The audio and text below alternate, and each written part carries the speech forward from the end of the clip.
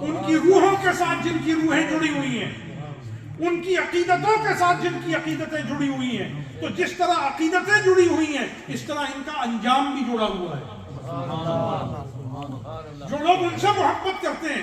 جو لوگ ان سے تعلق رکھتے ہیں، جو لوگ ان سے عقیدت رکھتے ہیں، رب تعالیٰ نے جس طرح ان کی زبانوں پر ذکر کو جوڑ دیا ہے، آخرت میں بھی انجام کار ان کو ان کے ساتھ جوڑ دیا جائے گا۔ جیسے سورہ طور میں فرمایا والذین آمنوا واتبعتهم ذریتهم بإیمان الحقنا بهم ذریتهم وما ألتناهم من عملهم من شیء۔ فرمایا جو لوگ ایمان لائے اور ایمان لانے میں ان کی اولادوں نے ان کی پیروی کی، فرمایا ہم ان کے نیک صالح بزرگوں کے اعمال میں سے کوئی کمی نہیں کریں گے اور ہم ان کو جنت میں نیکوں کے ساتھ ملا دیں گے۔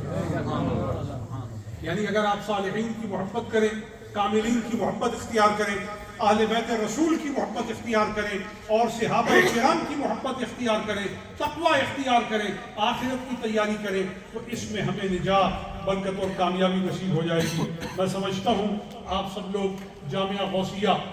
لیوٹن کے تمام نمازی بہت خوش قسمت ہیں کہ آپ چشتی سلسلے کے عظیم فیض یافتہ اور قرآن و سنت کے علوم کے وارث حضرت علامہ عبدالعزیز چشتی صاحب، ان کی اقتداء میں، ان کی امامت میں اور ان کی سیادت میں آپ اپنی دینی زندگی کو اور مذہبی امور کو دن رات، صبح و شام، ماہانہ، ہفتہ وار، سالانہ بجا لاتے ہیں۔ اگر آپ کو نیک عالم کی پیروی نصیب ہو جائے تو حدیث میں آتا ہے جس نے متقی عالم کے پیچھے نماز پڑھی وہ جانے اس نے اللہ کے نبی کے پیچھے نماز ادا کی ہے۔ اللہ تعالیٰ